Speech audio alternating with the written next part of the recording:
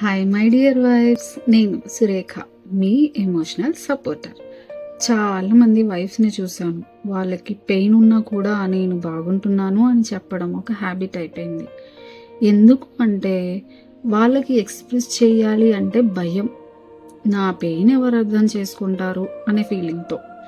కానీ చెప్పాలి friends, suppress చేసే పెయిన్ ఒకరోజు అవుట్బస్ట్గా వచ్చేస్తుంది. పీస్ఫుల్గా ఉండాలి అంటే మన మనసుని వినడం నేర్చుకోవాలి. ఒక చిన్న ఎగ్జాంపుల్ చెప్తాను. ఒకసారి హస్బెండ్ లేట్గా వచ్చినప్పుడు గట్టిగా అరవడం చేయకుండా కామ్గా, నాకు నీతో టైం స్పెండ్ చేయడం ఇష్టం, చాలా ఇంపార్టెంట్ అని చెప్పండి. ఇది పెయిన్ని షేర్ చేయడం అవుతుంది, ఫైట్ చేయడం కరెక్ట్ కాదు ఫ్రెండ్స్. ఇలాంటి చిన్న ప్రాక్టీసెస్తో నీకు క్లారిటీ వస్తుంది, రిలేషన్లో బ్యాలెన్స్ వస్తుంది అండ్ మంచి బాండ్ బిల్డ్ అవుతుంది. I'm here to teach you all the small but powerful methods.